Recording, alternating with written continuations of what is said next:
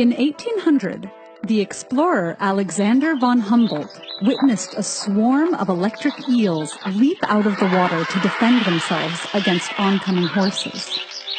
Most people thought the story so unusual that Humboldt made it up. But fish using electricity is more common than you might think. And yes, electric eels are a type of fish.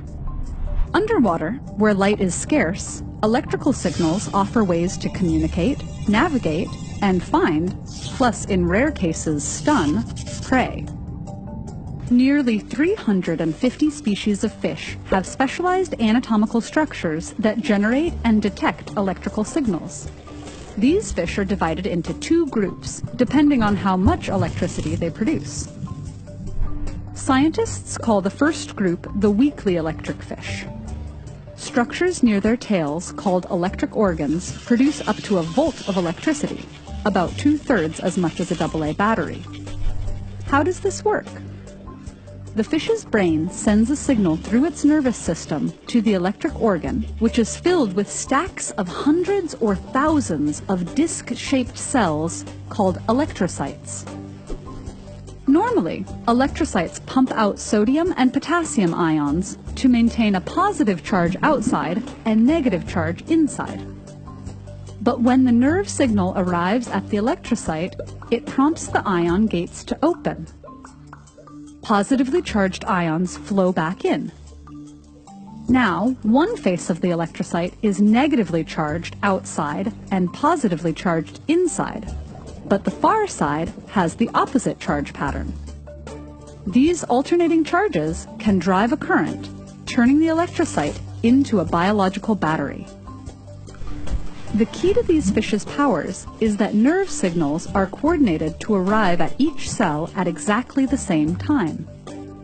That makes the stacks of electrocytes act like thousands of batteries in series. The tiny charges from each one add up to an electrical field that can travel several meters. Cells called electroreceptors buried in the skin allow the fish to constantly sense this field and the changes to it caused by the surroundings or other fish. The Peters elephant nose fish, for example, has an elongated chin called a schnauzen organ that's riddled in electroreceptors. That allows it to intercept signals from other fish, judge distances, detect the shape and size of nearby objects, and even determine whether a buried insect is dead or alive. But the elephant nose and other weakly electric fish don't produce enough electricity to attack their prey. That ability belongs to the strongly electric fish, of which there are only a handful of species. The most powerful strongly electric fish is the electric knife fish, more commonly known as the electric eel. 3 electric organs span almost its entire 2-meter body. Like the weakly electric fish, the electric eel uses its signals to navigate and communicate, but it reserves its strongest electric discharges for hunting, using a 2-phase attack that susses out and then incapacitates its prey. First, it emits 2 or 3 strong pulses, as much as 600 volts. These stimulate the prey's muscles, sending it into spasms and generating waves that reveal its hiding place. Then a volley of fast, high-voltage discharges causes even more intense muscle contractions. The electric eel can also curl up so that the electric fields generated at each end of the electric organ overlap.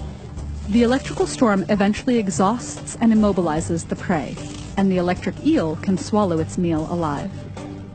The other 2 strongly electric fish are the electric catfish, which can unleash 350 volts with an electric organ that occupies most of its torso, and the electric ray, with kidney-shaped electric organs on either side of its head that produce as much as 220 volts.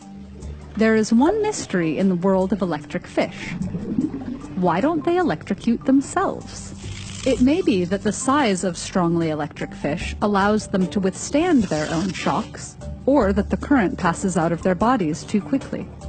Some scientists think that special proteins may shield the electric organs. But the truth is, this is one mystery science still hasn't illuminated. TED-Ed is a nonprofit. If you value our work, please consider supporting it on patreon.com/TED-Ed.